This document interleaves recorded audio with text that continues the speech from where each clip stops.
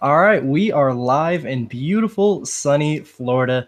And today, fight fans, we are going to be breaking down UFC 220, Miocic versus Ngannou in Boston, Massachusetts for that prestigious UFC Heavyweight Championship of the World, otherwise known as the baddest man on the planet Championship of the World. And it's not even just that amazing fight, guys. We got an amazing light heavyweight title matchup between Daniel DC Cormier looking to bounce back against arguably the UFC breakout fighter of the year in 2017, Volkan Oezdemir, looking to make it 4 straight upset victories in a row. And I am very excited about this one, guys, because I am joined by 2 guys I have just met now, 2 guys I've been following for a little while. We got Nolan King, MMA Kings on Twitter. I'm sure you guys know this guy. If you've seen a fight get broken in the past, I don't know. I've seen this guy on Twitter for at least a couple years now. I mean, you've seen his name. You've seen fights get broken by this man. He's the man, to say the least. And also we got Trademark MMA, man. This is another guy who's, he does great work on MMA Today. Both these guys do awesome work, and I'm really happy to have them on and to talk fights. And not only that, Nolan is out there in Boston covering these fights, guys. So real in-depth stuff here. I'm excited to talk to both of them here.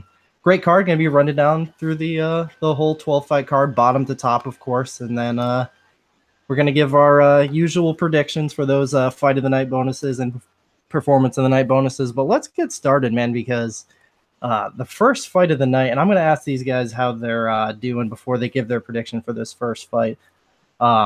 So first fight, really one of the more intriguing fights to me on this card, because we got Tibau coming off quite a lengthy layoff here after popping by USADA after that fight against Abel Trujillo, where, he looked superhuman. It looked a little too good to be true. And now he's coming back here against some people want to call this guy Little Khabib, Islam Makhachev, now sitting at a minus 230 favorite. So I'm going to let Nolan start out with this one. Nolan, first, give me your thoughts on this card. I'm sure you're really excited to be there in person. So what do you think of this card from a pay-per-view perspective? Is it worth the $60 in your mind? And then give me your thought on this first fight of the night. Absolutely. First off, thanks for having me. I'm really excited to be talking the fights with you guys. Like you said, it's in my backyard this week, so I'm very excited to be able to be in attendance this Saturday night at the TD Garden. Overall, I think you just look at the main event. I think it's worth your $60 right there. That's a phenomenal fight. I don't remember the last time that I was this excited for a heavyweight tilt. Stipe Miocic versus Francis Ngannou is a great fight, and then you get the bonus. Daniel Cormier versus Volkan Oezdemir. Can Oezdemir continue his just absolute tirade of upset wins? So I think that's just an added bonus. Anything, honestly, with that main event, anything's an added bonus. So I think it's worth your $60 to answer your question right there. From top to bottom, the prelims, I'm just going to go out and say it, they're slacking a little bit. I think they kind of undercompensated for the phenomenal main event and co-main that they have going. So I'm interested. There's a lot of interesting matchups, but maybe they're not, there's not as many big names or high-level fights as maybe some of the other pay-per-views that we've become accustomed to.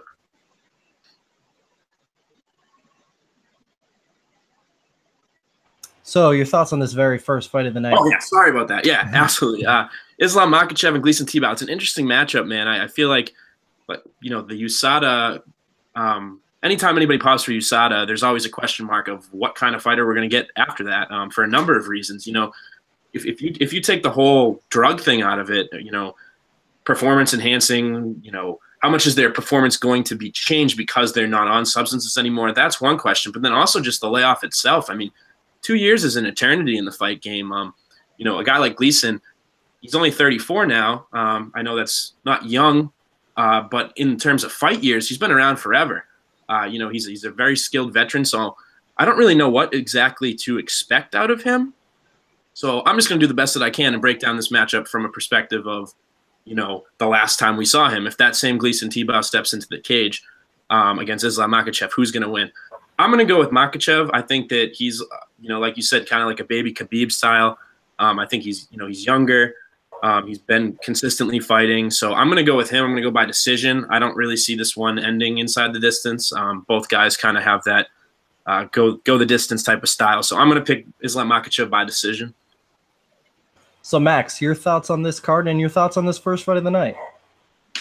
Yeah, well, Kelton, also want to thank you for having me here today. You built up Nolan and I pretty well, but don't undersell yourself, man. I've been following you for a long time, and I've been following a lot of your betting predictions.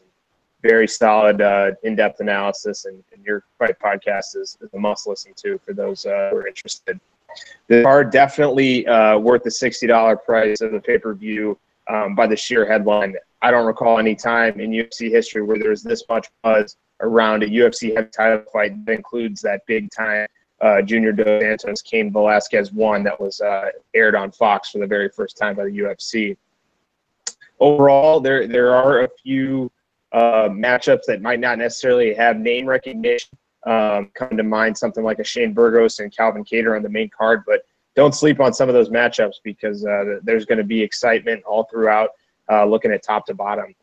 It was interesting to see that this Islam Makhachev-Gleison Tibau fight was kicking off the entire card because they're probably the most recognizable names throughout the entire prelims. And Tibau is still 34 despite being competed in the UFC 26 times, and given the 2-year absence, the ATT guy is always known as being a huge lightweight, a hulking, massive offensive grappler. But where I think this fight really plays into Makhachev's favor is that he's handled these types of fighters before. His last 2 wins were fairly dominant over Chris Wade, a very accomplished wrestler, as well as Nick Lentz, another very accomplished grappler from American Top Team, now training at Hard Knocks 365. I like Makhachev too, and I like him to do it by a unanimous decision. Just to think the youth, only being 26, having a good camp with American Kickboxing Academy behind him, and getting the opportunity to be in fight camp with Khabib will also play into his favor. I'm going to go with Makhachev unanimous decision. Yeah, man. So I'm going to complete the trifecta here, and I am indeed going to pick Islam Makhachev. And not only am I going to pick Islam Makhachev, he is my first of 3 bets for this card. I did indeed put 3 units on Islam Makhachev at -185. It's now -230, so I was able to go in there and get one of the better lines. I believe the peak line was 180, but nonetheless, still very happy. So with the USADA layoff for Gleison Tibau, I think at this point we've kind of determined that these younger guys that pop under USADA, like your Brian Ortegas, like your, these younger guys that are popping and still coming back, like your Mateus Nicolaus of the world. Those guys pop, they come back, they look better than ever. These older guys that come back from the USADA layoffs, like your Leona Machidas, I don't think they're going to come back quite the same. And the thing about Gleison Tibau, Max, you did mention he's only 34 years old, but he does have all those fights, and it's kind of like a fight years thing. I mean, this is kind of like a Jamie Varner situation. The guy was only like 31, 32, 33 years old, but he looked like a 50-year-old in there. So, I mean, I think Islam Makhachev, a guy who's very young in his fight career, I think he handles Gleison Tibau with ease here, and I believe he lands the takedowns. Maybe when Gleison is a little bit fresher in the first round, maybe he's able to stuff, maybe he's able to keep it on the feet, maybe even be able to steal the round. But I think as time goes on, as the gas tank lowers a little bit, I think it's going to be harder to consistently stuff those takedowns of Islam Makhachev, and I do see it being a very dominant wrestling-based decision for him there. So I'm going to go with Islam Makhachev via a 30-27 decision. So 3 units on him at -185 there. So I got the Russian to extend his record to 15-1. Now, the next fight of the night, man, we got Marina Moroz -130 taking on Jamie Moyle +110. And I'll start out with this one, man. So basically, I kind of feel like this is kind of a good matchup for Marina Moroz. I feel like she should go in there. She should use her length or reach advantage, and she should probably jab Jamie Moyle up. I feel like she does have the striking advantage here, but I feel like these women MMA fights are so tough to call these days. Like if Jamie Moyle were to go in there and use a wrestling-based game plan and take down Moroz, kind of grind her out like Moroz was, grinded out in her last fight. Granted, that was against Carla Esparza. I feel like I wouldn't be shocked at all if Jamie Moyle was able to go in there and do that. So I do think this is a tough fight to call, but I also do think that Marina Moroz is rightfully favored here. I'm going to say she goes out there, wins a 29-28 decision. I feel like at least 2 rounds she'll be able to go out there, stuff the takedowns, and outwork Jamie Moyle on the feet, mostly using that great range of her. She is a very tall, lanky female for that division. So that being said, I think she goes out there and wins a striking-based close decision over Jamie Moyle. What about you, Max? Yeah, so correct me if I'm wrong, Nolan, but I think this was one of those fights exclusively broken by the MMA Kings. Yeah, you're correct. This was, I think, the first one that I broke for Boston. Yep. Yeah. It's a tough matchup to get a great read on. Marina Moroz, personally, I don't think she's improved all that much in her UFC career. She has had a little bit stiffer competition as of late, like you mentioned, the Carla Esparza fight. I thought her first 2 UFC appearances were actually her best, that being the submission win over JoJo Calderwood, and then that loss to Valerie Letourneau. I thought she fought a fairly decent top 3 rounds. I know she's been working a lot this camp with Mike Valle, who's a striking coach of Yair Rodriguez, Juliana Pena, Marco Beltran. So I feel like that might play into her favor, being able to utilize that long reach that you mentioned, Kelton. Jamie Moyle is a little tough to get a read on her too. She's shorter for the division. She's more of a output type of fighter, not tons of big power there. I know she used to do her training camps at Syndicate MMA in Las Vegas, but now I believe she's doing this camp at Team Alpha Male. So it's kind of a toss-up there. Both are making adjustments to better their well-rounded martial arts skills. I'm going to favor Moyle slightly. I'm going to say a 29-28 decision for her. Moroz, I agree she can probably fend off the takedowns early, but I like Moyle's ability to get inside and possibly work for a takedown and grind out the type of win, similar to how she fought Kylan Curran last year. Nolan? Yeah, I'm going to play tiebreaker here. Despite Max's phenomenal plug of MMA today, I'm going to agree with Kelton on this one. I think, you kind of took the words out of my mouth and the thoughts out of my brain. The thing about the Moroz Moyle matchup, when I first when the news first came out, the first thing that came to my mind was, oh, Moroz should take this. Like, I thought she should be the favorite. Like, felt pretty good about that pick. But then the more I thought about it, the inconsistency in her game and in a lot of these WMMA fights as of late, like you said, kind of was something that's been in the back of my mind. And I understand why the line is where it's at. I think that Moroz should take it. And I think she'll probably do so by unanimous decision. All right. So next fight of the night, we do have the New England native Matt Bessette coming in as a decent-sized underdog here, plus 185.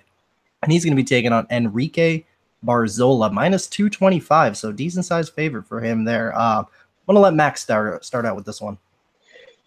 Yeah, I've been high on Enrique Barzola. I think he's a guy that's flying under the radar at 145 pounds. I'm really disappointed that he was not able to face Arnold Allen in this matchup due to the visa issues, because that is a matchup I think was pretty underrated as far as matchmaking goes. Barzola had that split decision loss to Kyle Bochniak a couple years ago, and since that, I think he's been fairly dominant. His last fight was, I believe, at UFC 211. It was a relatively dominant win over Gabriel Benitez, who we just saw knock off Jason Knight at UFC Fresno. Bessette, the Mangler, had one straight coming into that. Tough to see how he kind of went out in that fight. A guy, a really good story there, a long-time journey, and I'll let Nolan, he's got a little bit closer connection to Bessette in the northeastern region. I don't agree with that line at all, Kelton. I think that should be much closer on paper. But I'm going to go ahead and favor Barzola. I really like the adjustments he's made in his first couple UFC appearances, and I'm going to say it's a unanimous decision. I think he does mix it up pretty well on the feet, and then if he does need to go into his offensive wrestling pedigree, he will do so to steal the rounds. Nolan? Yeah, I'm going to agree with Max on this one. I'm taking Barzola, but I do think that line should be a little bit closer. Matt's a guy that's, he's experienced, he's been around, and really in his career, the fights that he's struggled with the most are, power strikers, aggressive strikers that come at him. Barzola obviously is more of a wrestler, and like Max said, Barzola has flown way under the radar so far in his UFC career. He really should be undefeated, I think. The only loss that he had was the the robbery to Kyle Bochniak, and I think it was Vancouver. So I'm really looking forward to this fight. I think it has the style matchup could be very aesthetically pleasing. I think this could be a fight of the night candidate. But I'm going to have to favor Barzola just for the short notice, the fact that he's flying under the radar, and the fact that he's a tough guy to stop with those takedowns, man. Yeah, man. So I'm going to complete the trifecta. I'm going to go with Enrique Barzola, but I do agree with the line here, actually. So first of all, I think this is an awesome stylistic matchup. So we got Bessette, who's pretty much a grappler first, who has made great improvements on his striking. And then you got Enrique Barzola, who's a wrestler first, who also has made really great improvements with the striking. Now, what I see going down here, I do see Enrique being the very strong wrestler that he is. I do agree with Nolan. He should be undefeated in the UFC. That Bochniak loss, that was it's a little funny. I did have a bet on Bochniak there, but I was definitely shocked, to say the least, that I cashed on that one. It's funny, if you look on MMADecisions.com, not a single person scored that fight for Kyle Bochniak. But nonetheless, I do see Enrique Barzola going for the takedowns here, and I do think he gets them. But I do think he has to worry about the ground game of Matt Bessette. If he wanted to go out there and catch Barzola with something on the ground, I wouldn't be surprised. I feel like that is probably his best route to victory, and I think it would be wise of Barzola to kind of use his wrestling in reverse and try to avoid the ground game of Bessette there, because I do think it's dangerous. That being said, when it comes to the striking, I think Enrique, with not only the UFC experience, I think he has made further improvements. And, Matt Bessette, he's a guy that's been around in the fight game for about 10 years now. So this really is the time for him to shine. If he comes in here and beats Enrique Barzola, that's going to be huge for him. I think this is going to be the run of his life. If not, I think Enrique Barzola gets another big win here and should really be 4-0 in the featherweight division. And hopefully he gets a bigger fight after that. But I am going to go with Enrique. I think he does. He probably wrestles, but I feel like he could outstrike Bessette as well. So I'm going to go with Enrique Barzola with a comfortable 30-27 decision. So moving on to the next fight here, we got Julio Arce -150 taking on Dan Ige +130. And I'm going to let Nolan start out with this one. Yeah, I love this fight. I'm a big Contender Series guy. Loved the show, and I think both of these guys were, when all was said and done and the dust settled with Contender Series, these were two of the guys that I was really disappointed didn't get signed off the show right away. I think they're both UFC caliber fighters, guys that are experienced and guys that have maybe more of a complete game than some of these other prospects that they signed have. With that being said, I think that I'm actually going to go with the underdog in this one. I'm picking Dan Ige. I think that he has a more complete game. I think that the clinic that he put on Contender Series against a tough guy, Gomez, who's now the Titan FC champion, I found that to be very impressive. And Arce, again, had a really impressive performance as well against another guy that was supposed to come in and be a killer, Peter Pettis, I believe. And, man, it's a tough fight for me to pick, but I'm going to lean with Ige. I just think he's maybe a little bit more well-rounded, but it wouldn't shock me if Arce got a knockout or was able to outpoint him and score a decision. Yeah, man. So it's funny about this fight. So with their Contender Series fights, I was actually fading Julio Arce. I took the underdog shot on Peter Pettis. Now he came out there. He did outstrike Arce in the first round, but when it came to the second round, the more superior fighter came through. Arce really showed that he's a very talented fighter. And when it comes on the other side, I actually took Dan Ige as an underdog in his fight, so I was able to cash there. So between both these guys, I faded one. I bet one. Now I am going to be going with the favorite, Julio Arce. I think he's able to keep this fight on the feet, where he will have the advantage with the striking. I think Ige probably will look for the takedowns, and I think maybe he gets one or two. But I think we're looking at mostly an Arce striking based decision here. I'll say it's close, just like the odds indicate. I'll go with Julio Arce edging out a very close 29-28 split decision. What about you, Max? Yeah, just to echo what both you guys said, I love the Dana White Tuesday Night Contender Series. Both guys very impressive, fought tough, durable strikers. I thought Ige looked slightly more polished in his appearance on the show, but Arce certainly was able to come from early adversity against Peter Pettis there. Arce coming from Team Tiger Schulman's in New York, and those guys seem to be absolute gold lately. That's, Jimmy Rivera, Shane Burgos, and company. We'll see Burgos later on the card. The only 2 hiccups in his entire 19-fight MMA career are against Brian Kelleher, and Brian Kelleher's had a very successful UFC run thus far. That being said, despite all the hype I just gave for Team Tiger Schulman's and Julio Arce, I'm going to go with Ige by split decision. Arce coming in on short notice. I thought Ige looked just slightly more polished in the Contender Series, and I don't think that he's going to get necessarily caught by anything, whether it's a big power strike or inside a submission of Arce. But I agree with both of you. I think it's a great fight on paper, and it's going to be close. Ultimately, going to settle with Ige by split decision and go with the underdog.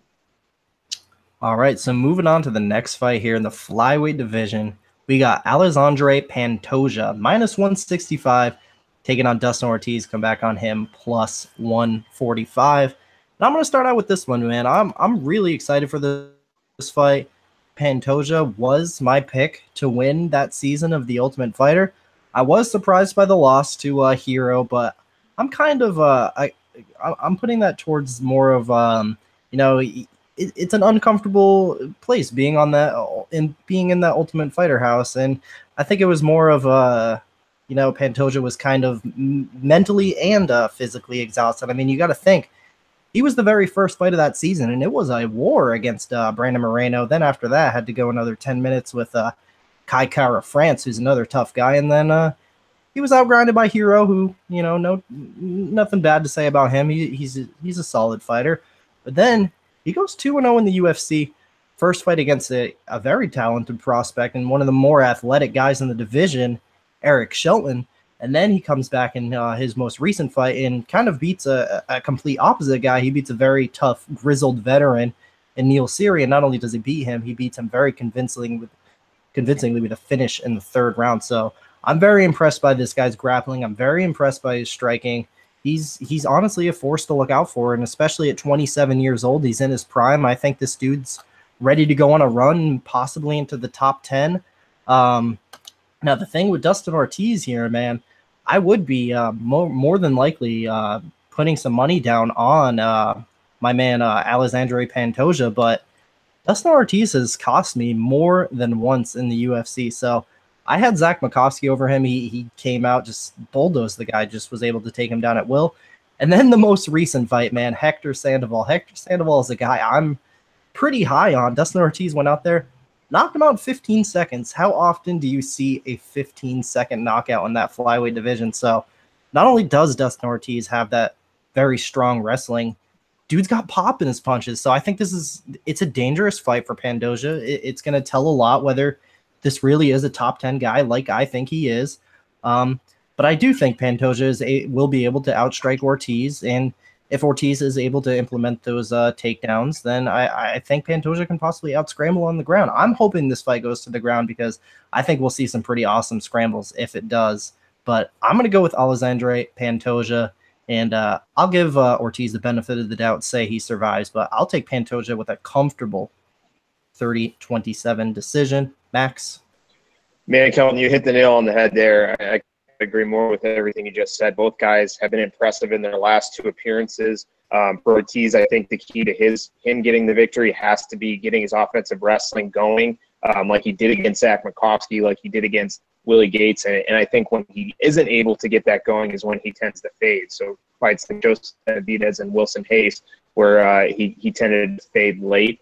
Pantoja, I was really impressed with his last fight against Neil Seery. I thought he did a terrific job not getting hit in that fight against a very high-level striker in Seery. That was one of the kind of the knocks on him on the show, is he kind of left himself open a lot. That against the Brandon Moreno on the show, but was well against Hiromasa Ogikubo.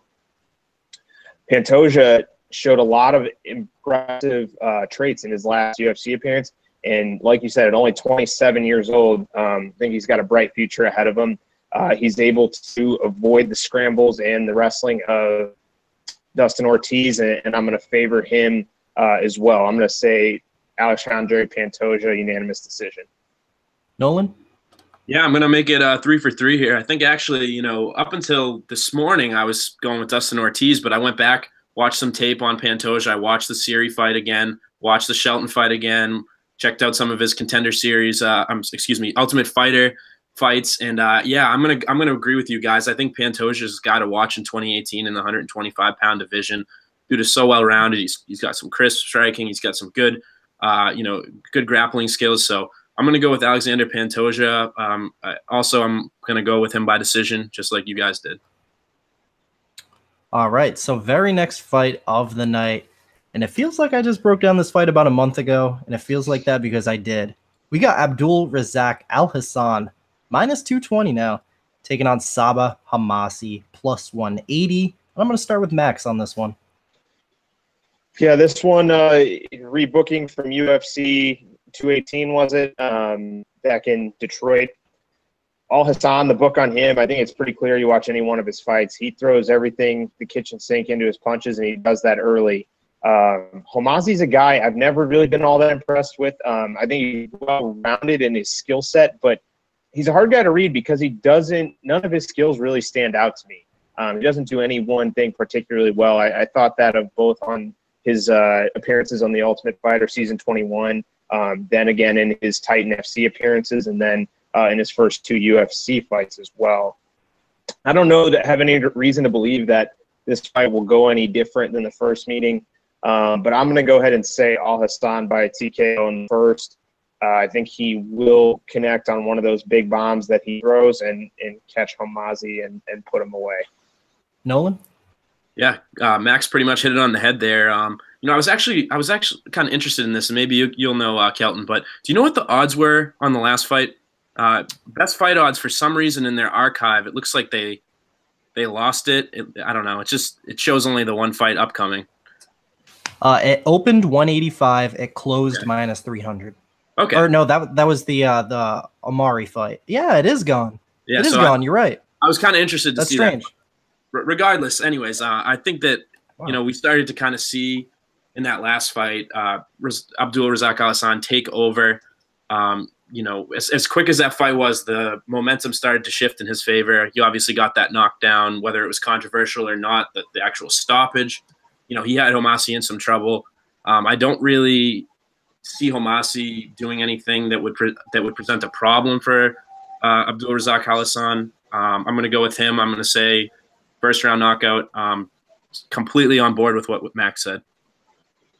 Yeah, man. So I don't really think Sabah Homasi has a whole lot to offer besides mental toughness. I think the dude is very tough, and he's got pop in his punches. If you watch some of his regional fight scenes, the dude is dangerous. But I think what we've seen from Abdul Razak Al-Hassan is he's got a pretty good chin himself, man. You watch that fight with Omari Akhmedov. Both of those guys were just absolutely whacking each other with their biggest punches. And Abdul Razak, he's a guy that hits extremely hard. I mean, we saw that last fight. He was rocking Sabah all over the place. It was a bad stoppage. Don't get me wrong. I mean, I think we can all agree on that. But it looked a little like it was inevitable before Sabah was going to go down. Like I said, the dude's very tough. He was able to hang in there longer than he should, similar to the Tim Means fight.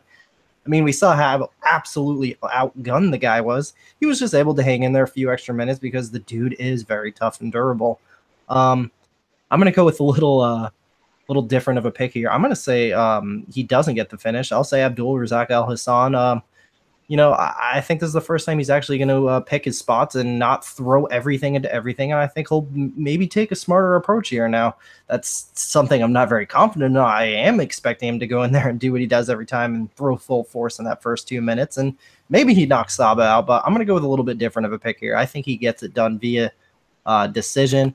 And just for you prop bettors out there, Al-Hassan by decision is actually plus 475. That wouldn't surprise me at all, but obviously I'm not going to take that. But if you're one of those guys, I would say that's not a bad one to look at, especially for a prop on a guy that's minus 220. So I'm going to go with Al-Hassan via decision there. So hey, Kevin, what's the over under on rounds there? Because it sounds like you got a good read, and maybe that's something worth exploring. The over 1.5 rounds is plus 100. So it is something to look at, but I wouldn't trust betting an over in a fight where both guys just absolutely swing for the hills, but it's something to maybe consider. But moving on to the next fight, man, I like this one a lot, and this is actually the latest fight that I did tape for, and now I'm really excited for it. We got Brandon Davis -120 taking on Kyle Bochniak +100. Nolan, I'll start with you in this one. Yeah, I'm really looking forward to this one. I think it's another fight of the night candidate. Both guys, maybe not the biggest names, obviously, but they got that FS1 headliner slot. They have a lot to prove. Brandon Davis coming off of the fight of the Contender Series, his bout against Austin Arnett. If people out there have not seen it, amazing fight. Maybe not the most technically sound fight, but it was just a wild, bloody brawl. I watched every single Contender Series fight. That is the one. If you're going to pick one, watch it. With that being said, Kyle Bochniak has had some fun fights in the past as well. His UFC debut against Charles Rosa was a very fun fight. And then since then, you know, he's kind of struggled a little bit. He pulled off that victory over Enrique Barzola, and then he also lost to Jeremy Kennedy. So he's kind of fighting for his UFC career. He's got his back up against the wall here. He's fighting a guy that's a brawler. You know, the last two fights he's had have been against grapplers. So I think this does favor Bochniak a little bit. But with that being said, I think Brandon Davis has intangibles. He has a lot of heart. You've seen it with Jason Knight, a guy that's a close friend and training partner of him. You know, we've seen recently that Jason might not be the most technical, might not have the most skills, but he got where he is today because of his heart, because of his belief in himself, and his ability to just go balls to the wall against these guys. And I see the same thing in Davis. You know, that fight against Austin Arnett. Arnett was probably a more technical fighter than him, but Davis just went balls to the wall. He just swarmed him, and he just kept pressing forward. And I think he's going to do that same thing in this fight. You know, I've gone back and forth in my head about that. Intangibles are something that I struggle with, but I am going to pick Brandon Davis in this fight. You know, I don't know why, but I'm just going to pick him. I don't know. Something tells me. Something about the way that he fights makes me think he'll pull off his UFC debut. Sure. So, man, I'm actually going to go with the underdog in Kyle Bochniak here. And now, one thing to mention, though, I am impressed with Brandon Davis. He is a very mentally tough guy, physically tough guy. And in that fight against Austin Arnett, don't forget, Brandon Davis was a +160 underdog there. So the guy's come out and surprised people before. Now here against Kyle Bochniak, who is a 3-fight UFC veteran, I think that might make the difference here, man. Not only just the UFC experience, but the fact that it is in, you know, his home turf. So I think Kyle Bochniak, being the more technical fighter, I think he can go out there and kind of box up Brandon Davis. But like Nolan said, if Brandon Davis is able to go out there and cause chaos and make it his fight, he 100% wins it. So I do understand why it's so close, but I do think it should be flipped around. I think we should have Bochniak as a slight favorite. So if it gets a little more than +100, I wouldn't mind taking that at all.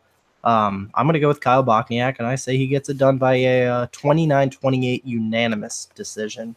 Max? Yeah, this fight on paper is close, and I think the line definitely reflects that. Bochniak, is he from Boston or just the area in general? I know he's a Northeastern guy. Yeah, he's from a little bit outside of Boston, not necessarily in there, but, you know, 5-10 minute drive away.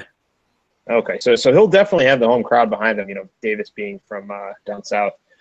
Bochniak, he's game, man. He is mentally strong, and he gets in his opponent's faces with the weigh-in. He talks smack on Twitter. He's definitely not shy, and he goes after it whenever he's in there. And all three of his UFC fights, I mean, he's been in it through the final bell.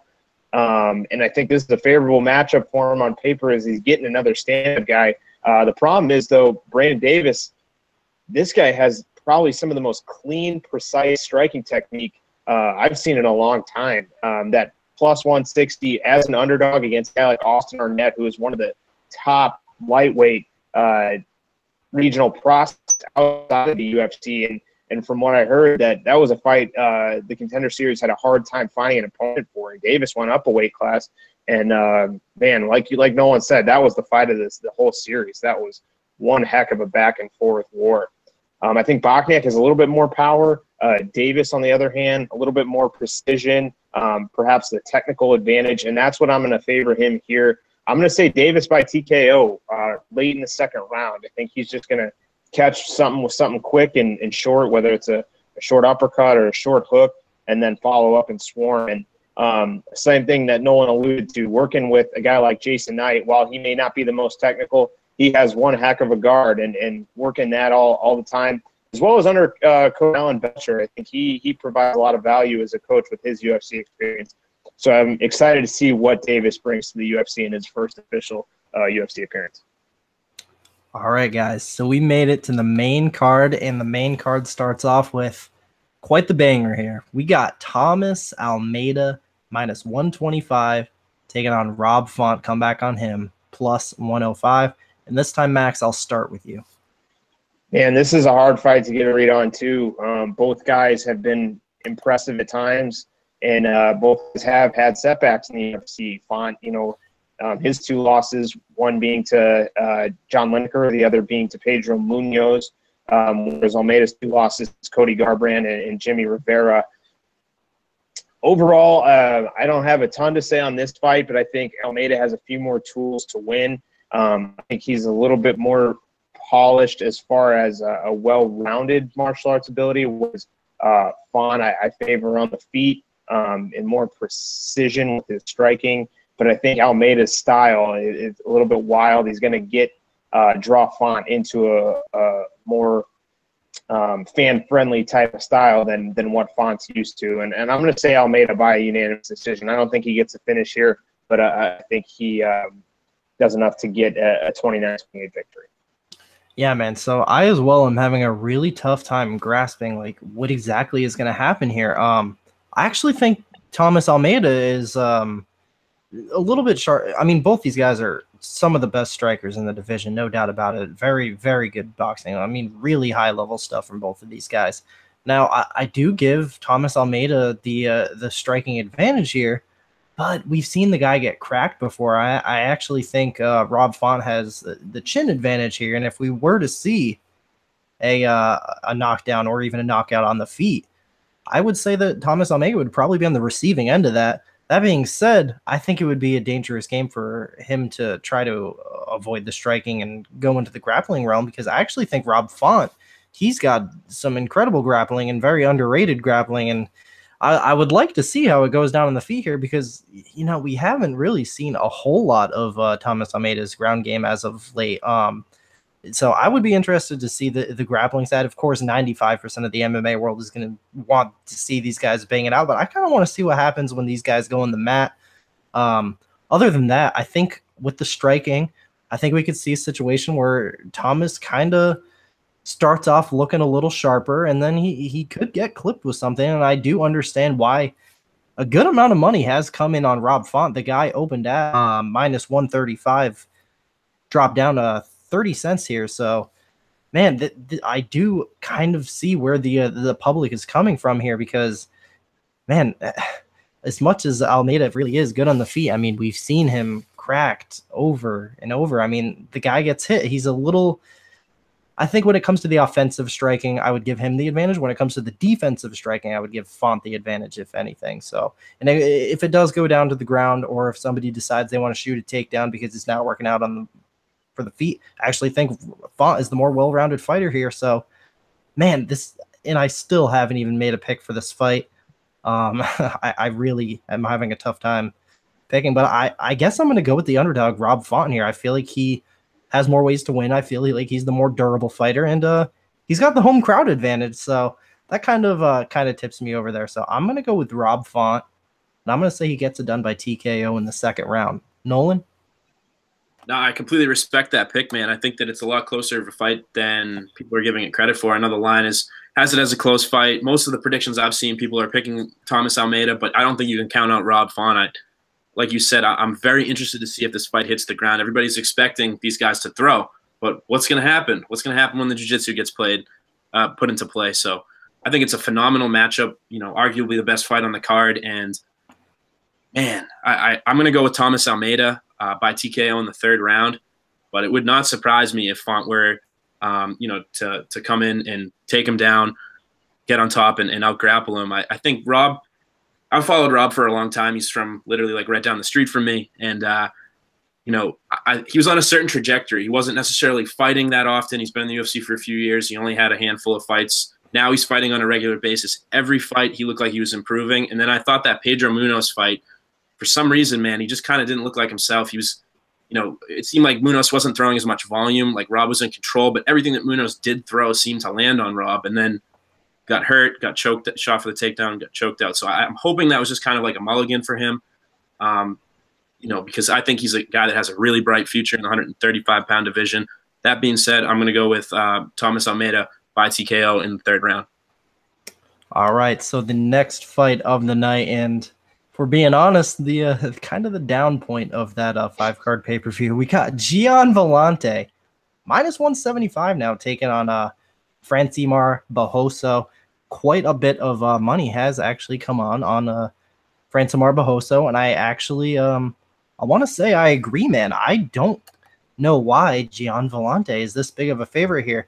And this is going to be my weekly ripping on a fighter. Now, of course, we don't like to shit talk professional athletes here, but if we're being honest, one does not simply get outstruck by Patrick Cummins. So that was a very unimpressive performance, especially as a -220 favorite.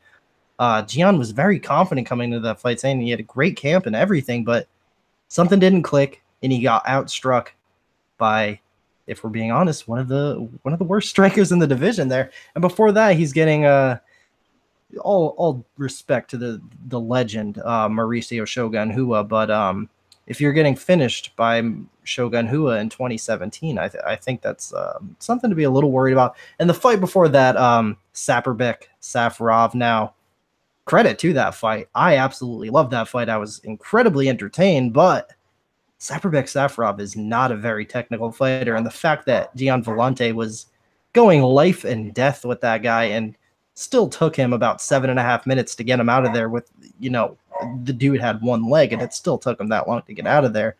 I just think things have really fallen apart for Gian Villante. I really am not sure what it is, but something's not clicking for him in the octagon. And now you take Francimar Barroso on the other side, and I actually think that the guy hasn't looked too bad. His last fight against Alexander Rakic, I think that kid Alexander, I think he could be something to look out for in the 205 division. And the fact that Barroso was able to stay in there with him 3 rounds, I think that's something to not be a whole lot disappointed in. Fight before that, he takes on Darren Stewart in England, coming into the enemy territory, and of course, very, very weird stipulation there with the first fight in Brazil, the weird stoppage there, and comes in +165 underdog and beats Stewart in his hometown, kind of dominates him pillar to post. Really the best performance of, I want to say, almost even his UFC career there. And then, like I said, the last fight against Rakic, I don't hold too much against him. Rakic is a very talented prospect. So if we're looking at the body of work in the last 3 fights, I think Francimar Barroso has actually looked a lot better than Gian Villante, and I'm very surprised by the line. Now, the only thing that's stopping me from taking that underdog play on Francimar Barroso is that it's Francimar Barroso. So I'm really having a tough time grasping what's going to happen here, but I really do want to take the underdog, and I do think Francimar Barroso is going to go out there and probably outstrike Gian Villante, kind of just like Patrick Cummins did. If Patrick Cummins can outstrike you, I think you can get outstruck by anybody there. Obviously, Gian Villante is going to be looking for the wrestling.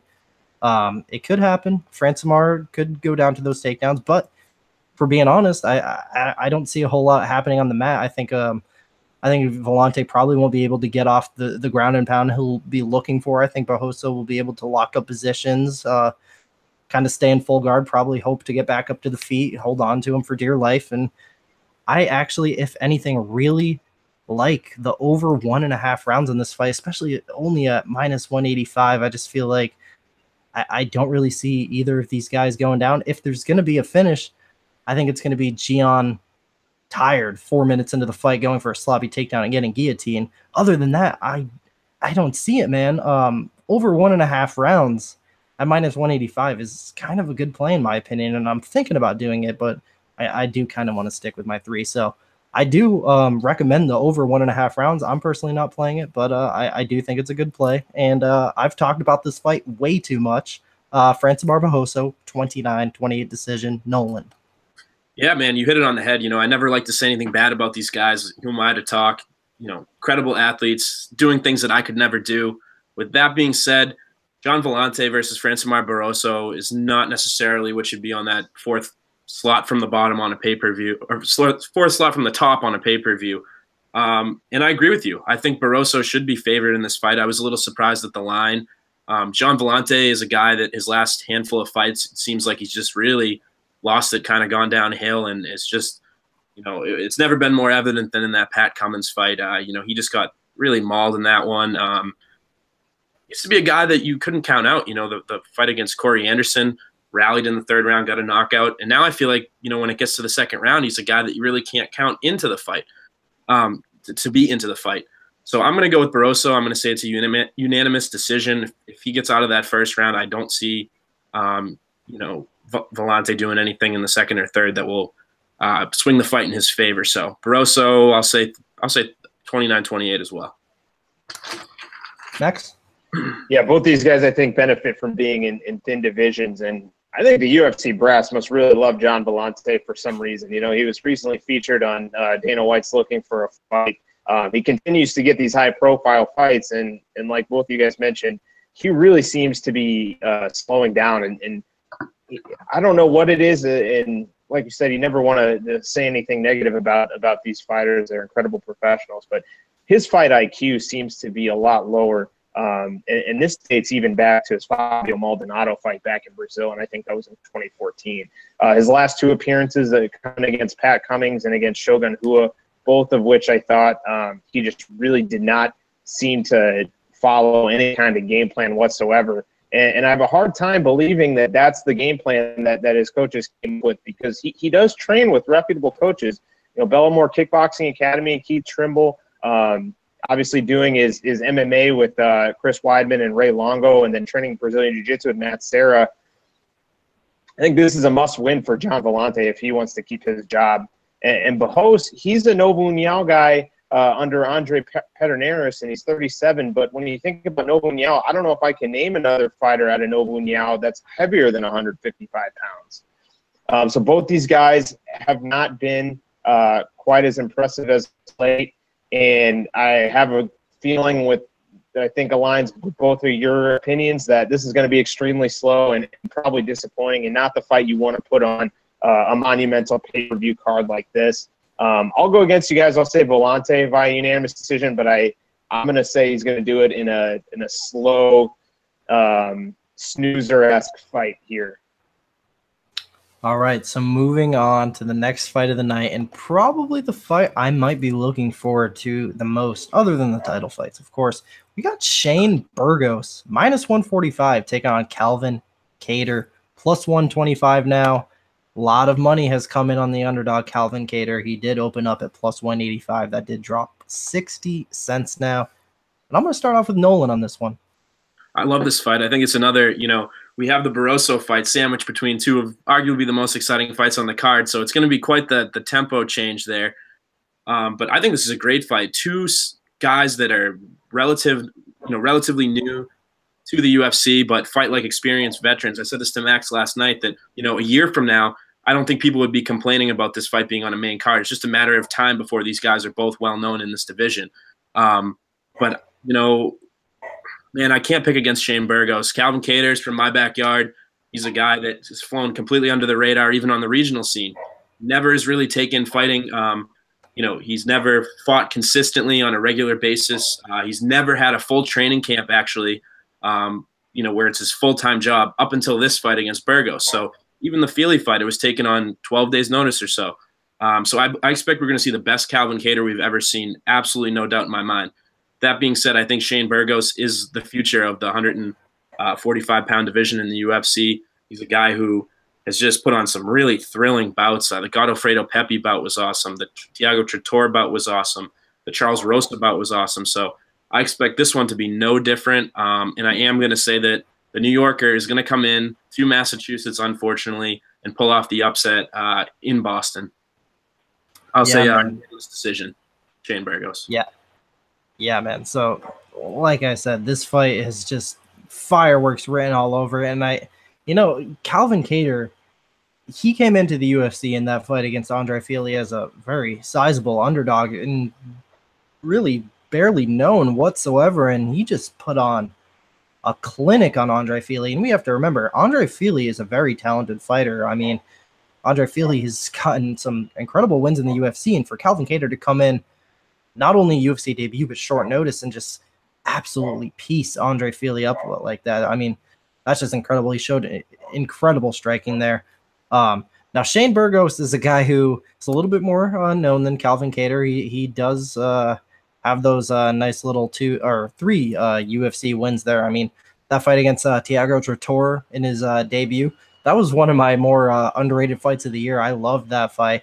Then comes in, finishes Charles Rosa in a fight where 2 judges had him losing 2018 in that fight, and he comes back and overcomes that deficit in the scorecards and knocks him out, and then absolutely dominates Godofredo Pepe pillar to post in that last fight here. So now it's tough, man. I kind of think if I were to think about this fight more, and I did have that, what did he open up around plus 175? It was plus 185. If I were to think about this fight a little bit more and I still had that plus 185 in my face, I probably would take it. But here now at plus 125, I actually think this is where the line belongs. I think Shane Burgos should be a slight favorite here.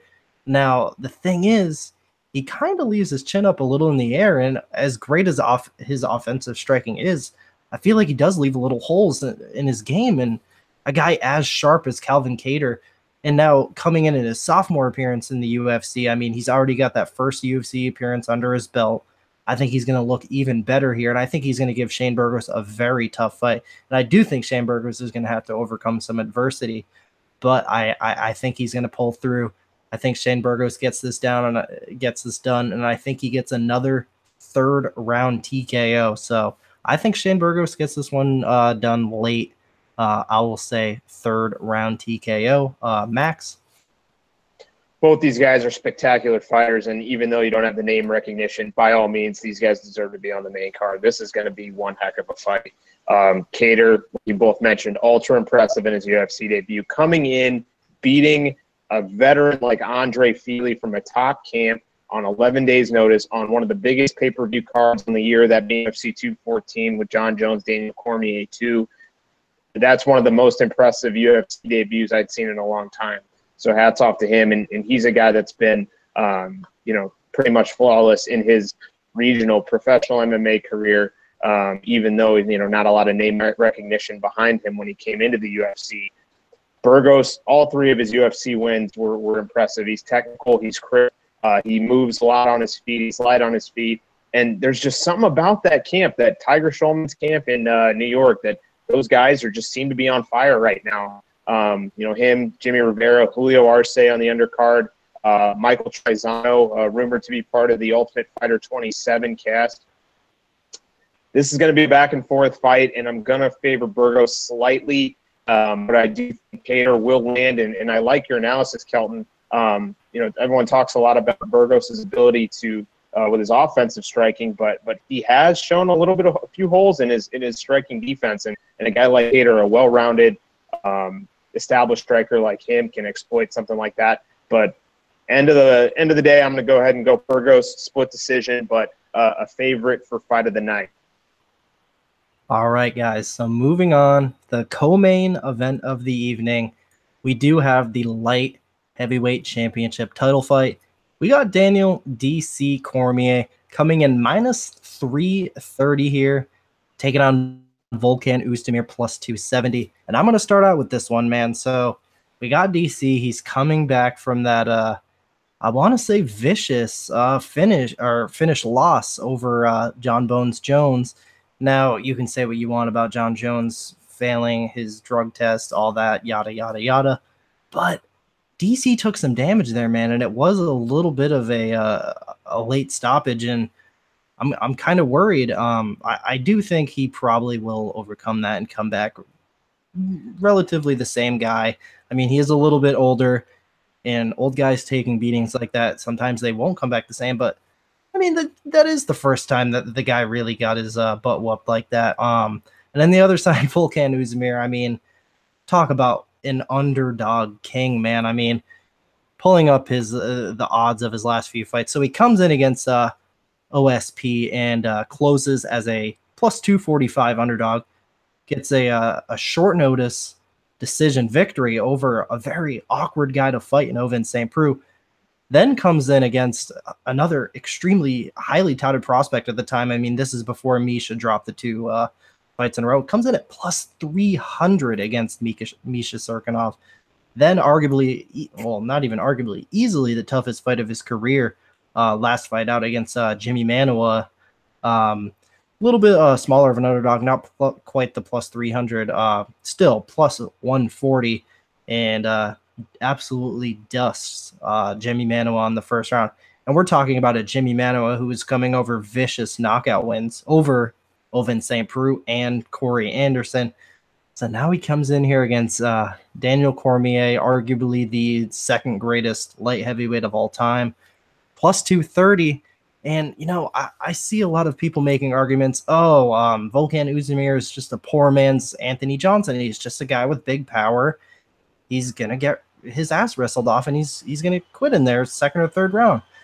And, man, I could not disagree with that anymore. I mean, say what you want about Anthony Johnson. The guy is extremely vicious. He knocks people dead, and he's athletic and has wrestling. He's got tons of skills, but I have not seen the type of quit and poor fight IQ in Volkan Oezdemir that I've seen in Anthony Rumble Johnson. I don't think Volkan Oezdemir is going to go in there and try to out-wrestle Daniel Cormier like Anthony Johnson did. I don't think Volkan Oezdemir is going to go out there and quit like Anthony Johnson did. I don't think we're going to be seeing Henry Hooft out there yelling to Volkan, don't quit, don't quit. I think this guy, Volkan Oezdemir, is a lot more than a one-trick pony. I think he's a very skilled individual. I think he's very athletic, and he, even with all the big upset victories, I still think he's underrated, man, and I think this is a very good spot for him to come in here and possibly pull up yet another upset over Daniel Cormier. That all being said, on the other side of this, there might be a reason Daniel Cormier is a minus 330 favorite here. I mean, the guy has absolutely ran through everybody not named John Jones.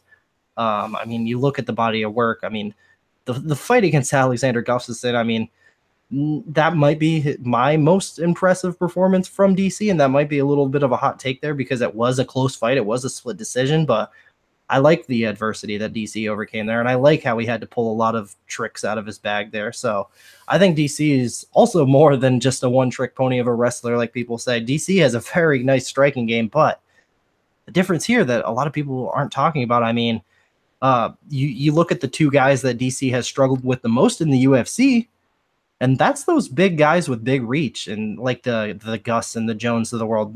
That's I can't stress enough how much I can't stand the comparison to Anthony Rumble Johnson, because this is a completely different fighter.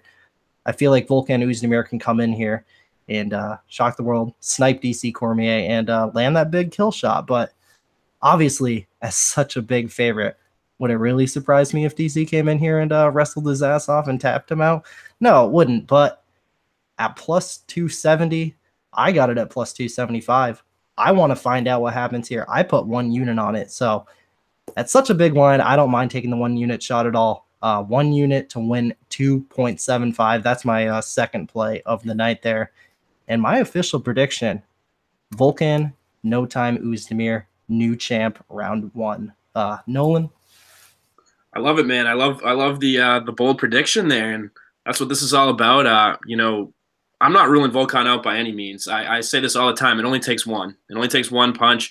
Volkan Oezdemir has proved me wrong 3 times. So if he proved me wrong a 4th time, it really shouldn't shock me that much. I'm really intrigued by this matchup. I think, yeah, DC, in my opinion, should probably win this fight. But I think that fact that Volkan has that type of power, you know, this is it's almost like when DC used to fight at heavyweight, in my opinion. You know, DC hasn't fought a guy like Volkan with that type of power, but also, like you said, without the quit that Rumble Johnson had. So it's an interesting matchup on paper. I kind of am saying that DC is going to win because of the fact that he's fought at heavyweight before. He fought guys like Josh Barnett, who had that punching power, but also could go later in the fight. guys like Frank Mir who have punching power but could go later in the fight. So I'm going to say DC is gonna not get caught in those first couple of rounds, and I think in the third round, he'll get a takedown. I'm going to say he's going to get a submission on Volkan Oezdemir. Max? Not to take anything away from Volkan Oezdemir and his extremely impressive 3 UFC wins, all of which came in 2017. I'm going to go ahead and flat out say I don't think he stands a chance in this fight. Daniel Cormier is tough as they come, and in every fight that he's had, with the exception of John Jones, he's been able to get the takedown, and his ability to stay heavy on top, I think, will allow him to get that takedown, and he won't let Oezdemir up. I think he's going to grind him out, pepper him the same way he did Rumble Johnson. But I think that John Jones fight left a bad taste in his mouth, and he's going to, instead of looking for that rear naked choke that we saw him do against Rumble Johnson and Dan Henderson, he's going to just rain down the ground and pound and keep going until the referee pulls him off. I'm going to say Cormier by a third-round TKO. But hats off to you, Kelvin, for taking that shot on Oezdemir. 2.7 plus 275 underdog. When you got to read like that, and a guy with that type of power, anything can happen. And that's by no means, I don't disagree with your play at all. Man, it feels like we just talked about the main event, but we still got one more to go, guys, because we got the heavyweight title fight between Stipe Miocic coming in as a plus 170 underdog here against Francis the Predator Ngannou, minus 185 favorite here. The title for baddest man on the planet is on the line here, and I'm going to let Nolan start out with this one. Oh, man, heavyweight fights I always hate picking. I think it's such a coin toss, man. This division's always so wild, and going back to what I just said, it only takes one. We've seen in the past a lot of weird things happen with heavyweight fights. Guys that are 40 years old having resurgences and getting knockouts. So I don't think I can read into it I always think with heavyweight fights I can't read into it as much as the other weight classes. But with that being said, I'm going to go with Francis Ngannou here. I'm not a hype train guy. I've always been the one to pick the veteran against the prospect. And for some reason, Francis Ngannou, I am so on board the hype train. I think Stipe Miocic is one of the greatest heavyweights, potentially ever.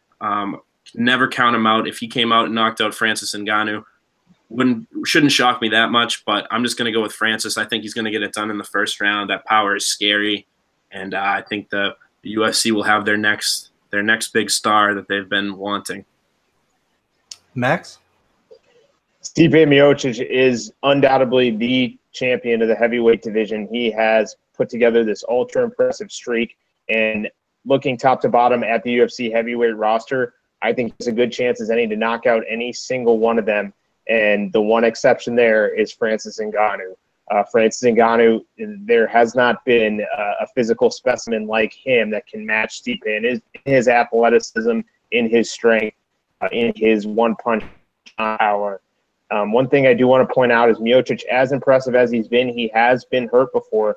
Also in the Alistair Overeem fight, Stefan Struve, Junior Dos Santos, all those guys have been able to hurt him in the past.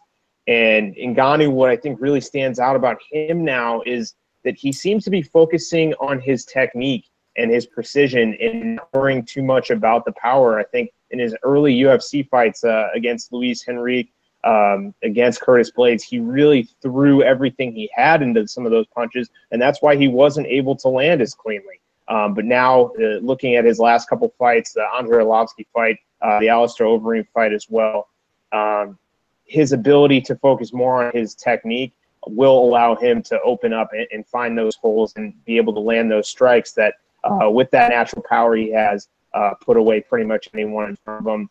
I think Stipe Miocic does a good job in the first round to really get a feel and maintain his distance, maybe gets him in the clinch against the cage a couple times. But in the second round, Francis Ngannou lands something, puts the champ away, new undisputed UFC heavyweight champion, Francis Ngannou, second round knockout. All right, so I like to tell this little story every single time Francis Ngannou fights. So The very first live MMA event I ever attended was UFC Orlando in December of 2015, headlined by Dos Anjos versus Cowboy 2. Now, the very first fight of that night, the very first mixed martial artist fight I've ever gotten to witness live, Francis Ngannou versus Luis Henrique. Now, the bit of research that I was doing leading up to that fight week, there was kind of limited research on both guys. I was kind of couldn't really figure out who I wanted to pick there. But then as soon as Francis Ngannou made that walk out into the octagon and stepped inside, I knew immediately that Luis Henrique was in trouble. And then once that second round hit, when he landed that insane uppercut and absolutely flattened the guy out, it was one of the most surreal experiences I've ever had in my entire life. I mean, it was one of the most alpha male, just real things I've ever experienced. I could feel it. I could hear it. I mean, the absolute devastating power that this guy creates, it's something to behold. It's extremely special. And I feel like Francis Ngannou, not only does this guy have insane power, he has insane athleticism. If you think this guy wouldn't be able to excel in, say, the NFL or the NBA, you're dead wrong. This guy is, Joe Rogan has been talking about a fighter designed in a lab specifically for MMA for years now. Francis Ngannou is the closest thing to that lab-created fighter, MMA fighter. I mean, the guy has everything you want. Not only that, the guy's extremely tough. He's overcome adversity. You watch that Curtis Blades fight. I mean, he took some big shots there. That was a fight where he had to fend off a lot of takedowns. And even the Luis Henrique fight, he had to overcome adversity. I mean, this isn't a guy who folds up as soon as adversity comes towards him. This is a guy who's very mentally tough, not even to mention the whole early life situation of growing up in Africa and making the transition to France and living on the streets and building his way from the bottom of the top. This is not a guy who was born with a silver spoon. This is a guy who has worked insanely hard. He has great work ethic, and he has everything you look for in an MMA fighter, and it doesn't hurt that he's extremely athletic. He's huge for even heavyweight, and he has that insane power. Now, on the other side, you got Stipe Miocic, who is a guy I could not have any more respect for. I mean, we talk about a guy who is still a full-time fireman. He's going out there saving lives, literally saving lives. I mean, just an absolute, salt of the earth human being in Stipe Miocic. And, you talk about what he's accomplished in the octagon. I mean, knocking out one of the greatest heavyweights of all time, Fabricio Verdum, in his home crowd of, I believe that was a stadium with a lot of people. 30,000, something like that. A lot of people knocked out Fabricio Verdum. Next fight takes on, the most decorated striker in heavyweight MMA history in Alistair Overeem. Knocks him out. Overcomes adversity. Knocks him out. And then in his last fight against Junior Dos Santos. And keep in mind, a lot of people were picking Junior Dos Santos, including myself in that fight. First fight was extremely back and forth, very close decision. I did give JDS that first fight. But then he comes on the second fight and makes it look incredibly easy. So obviously we've seen a lot of improvement in Stipe Miocic. So the guy's improving as a champion. We don't see that. A lot of guys become champion, and it's kind of downhill from there. Stipe has improved, man. So it's very, very – this is really one of the greatest heavyweight title fights of all time. And I do think there is a lot of things going for Francis Ngannou here. Not only the fact that, Max mentioned that Stipe Miocic has been hit quite a bit, and he has got dropped quite a bit. Most recently, the Alistair Overeem fight. Not only is the, I would say the durability, the athleticism, even the size, not only is that all on the side of Francis Ngannou, and not that it matters, I kind of just want to throw this little tidbit in there. No heavyweight champion has ever gotten more than 2 title defenses. Stipe Miocic happens to be 2 title defenses into his reign.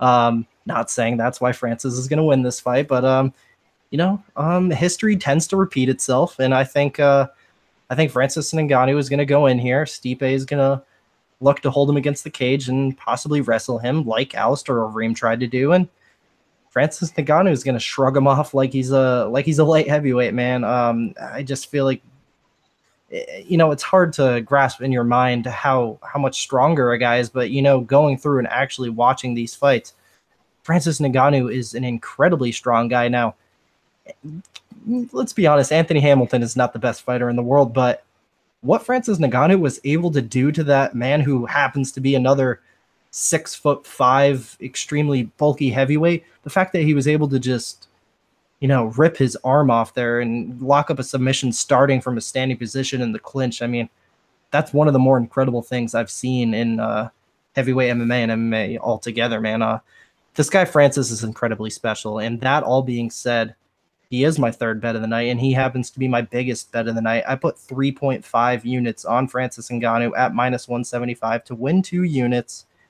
And I think after about a couple minutes of Stipe going in for some takedowns, trying to clinch him up against the cage, Francis will indeed land that kill shot about 3.5 minutes in. Francis Ngannou first-round KO and new champion of the world. So I got new twice, man. I think this card has a lot to offer, and I think we could see some exciting stuff here. So now, of course, going to be ending off the show how we always ended off here. We're going to be talking about our prediction for the fight of the night and our prediction for the 2 performance bonuses. Now, my prediction for the fight of the night, this was an extremely tough one for me, and I am sorry if I take one of your guys, but I'm going to go with Shane Burgos versus Calvin Kattar here. I feel like this has all the makings to be an incredible back-and-forth striking war. These guys both have extremely high ceilings, and I'm really interested to see who wins, and it's a tough call, and I don't really see this fight hitting the mat like I could potentially see Font and Almeida. Font and Almeida was my secondary choice, but the fact that I think this one will probably more likely stay standing, I'm going to go with Calvin Kattar, Shane Burgos for fight of the night, and I think there's potential for a finish there.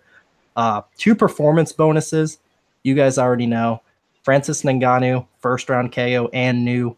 Volkan Oezdemir, first-round KO and new. What about you, Max? Yeah, I agree with your prediction as far as fight of the night goes. That's one to select. I think you got a handful that really could make a good case for it. Just to jump a little bit differently, I will go with the Rob Font Thomas Almeida fight as fight of the night. Kicking off the main card, a lot of excitement. I think Almeida, anytime he steps in the octagon, it's fireworks left and right, and Font be fired up being in his hometown. As far as the performance of the night bonuses go, Francis Ngannou with his knockout of Stipe Miocic to win the UFC heavyweight championship in the main event. That's going to get number 1. And number 2 is going to go to Brandon Davis with his TKO victory over Kyle Bochniak, headlining the Fox Sports 1 prelims before the pay-per-view airs there. Nolan? I'm going to agree with Max on the fight of the night. I think Font versus Almeida is the pay-per-view curtain jerker. I think it's got potential. I agree with you where it could hit the ground, could stall for a little bit. You know, the Burgos Kattar fight most likely is going to be standing, but I think that could make for some fun scrambles, some fun, some fun action on the ground and on the feet. So I'm going to pick that as my fight of the night. Performance of the night, going to agree with you guys on Ngannou. I don't see how his knockout could not be vicious. And then I'm also going to go with Abdulrazak Al-Hassan. I think he's going to get a first-round knockout against Sabaho Masi, and that guy's got some power. So I assume that's going to be a pretty exciting knockout if things play out the way that I believe that they will. All right, guys. So we made it 12 fights down, and as you can see in our faces, we are all very excited for this card. And it is this Saturday, January 20th in Boston, Massachusetts. Now, I want to thank both of these guys a lot, man. I appreciate them coming on very much, especially Max. He came on this very short notice, so big thanks to both of these guys. And, of course, I'm going to be letting them plug away. But first, I want to thank all you viewers very, very much. I appreciate you jumping in. I think we peaked at about 35 viewers live there, so big thank you to you guys, all you live chat guys, and all you archive guys who are watching this after the fact. Go ahead, comment below. Tell me who you're betting on this card. Like the video, takes like 2 seconds. You can follow me at Twitter at MMAKelton. You can follow my bets at betmmatips.com. bet.mma.tips/MMAKelton.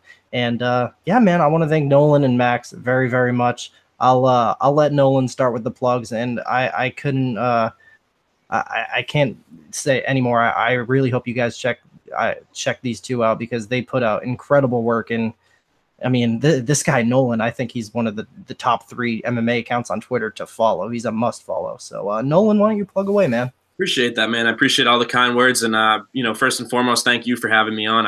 I'm a little bit newer to these type of things. I've mostly been sitting behind a screen just typing things out. So I really enjoy being able to speak with other MMA fans who enjoy the fight from the cards from top to bottom. You know, the only MMA discussion I can get in my life on a regular day-to-day basis is, talking about Conor McGregor, Floyd Mayweather, and if that rematch is going to happen. So I love being able to break down Brandon Davis versus Kyle Bochniak and Dan Ige versus Julio Arce. So thank you very much. For anybody out there that's interested in me, you can follow me at MMA_Kings on Twitter.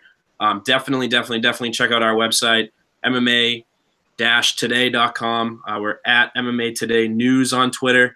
And definitely check out, everybody pretty much watching has probably already followed you, Kelton. You're great on Twitter to follow for bets, so check him out. And then also check out Max. He's been kind of our secret weapon over at MMA Today News. I've had the pleasure of doing a couple of these type of podcasts with him now, and guy kills it. So check him out, check you out, and I appreciate you having me on, Kelton. Absolutely. You killed it, man. Max, tell the people where they can find you. I think we lost Max. I could plug for him. Yeah, go for it. Go for it. Yeah, so his Twitter handle is at Trademark MMA, I believe. I don't think there's any underscores. Let me just check on that. So it's at Trademark MMA. He's also a senior editor over at MMA Today News. He puts out some great stuff, so definitely check him out. And just check out MMA Today News. We try to do things a little bit differently and cover some things that maybe aren't covered by the bigger media sites. So definitely check us out. All right, guys. So that is gonna do it. And he plugged for you, Max. Don't worry about it. Oh, okay. Thanks, guys. Yeah. Sorry, cut out on me. I don't know what happened. But, so definitely follow. Yeah, absolute blast. Thanks so much for having me, Kelton. I've been following you for a long time, and like Nolan said, great MMA analysis with your podcast. Something I plug into sitting at my desk at work every week. So, and betting tips usually on point. I'd love to see someone out there with good ROI like you with some good analysis there. So it's been an absolute blast to be on here talking with you guys. Appreciate it very much, guys. The pleasure is all mine. And one last time, thank you, viewers, all very much. I would not be doing this show without you guys. It's incredible how far I've came. 1 year ago today, I was sitting at about 100 subscribers. Here I am coming up on 600. So it means a lot to me. And most importantly, enjoy the fights this weekend.